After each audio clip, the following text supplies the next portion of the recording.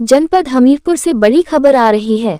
दर्जनों पोकलैंड मशीनों से बेतवा का सीना चीरते माफिया, लाल सोने अर्थात कीमती बालू की खुलेआम लूट, प्रशासन के आदेशों को दी जा रही चुनौती।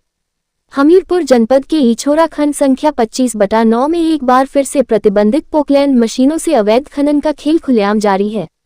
दर्जनों मशीनें बेतवा नदी का सीना चीर रही हैं और ट्रकों में भरकर बालू, जिसे ग्रामीण लाल सोना कहते हैं, कि अवैध निकासी की जा रही है। खनन निदेशक और जिला अधिकारी हमीरपुर के सख्त आदेशों के बावजूद अवैध खनन पर अंकुश नहीं लग सका है। सरकार की लगातार सख्ती और छापामार कार्यवाही के बाद भी खनन माफिया बेखौफ होकर दिन रात बालू की लूट में लगे हुए हैं।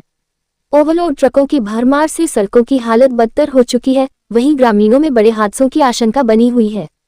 कई जगहों पर ओवरलोड ट्रकों के कारण सड़कें धंसने और वाहनों के पलटने की घटनाएं भी सामने आई हैं।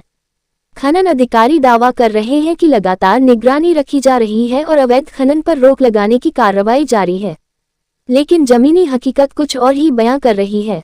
खनन क्षेत्र में प्रशासन की मौजूदगी नामात्र की दिख रही है, जबकि मशीनें रात दिन नदी का सीना चीर रही हैं।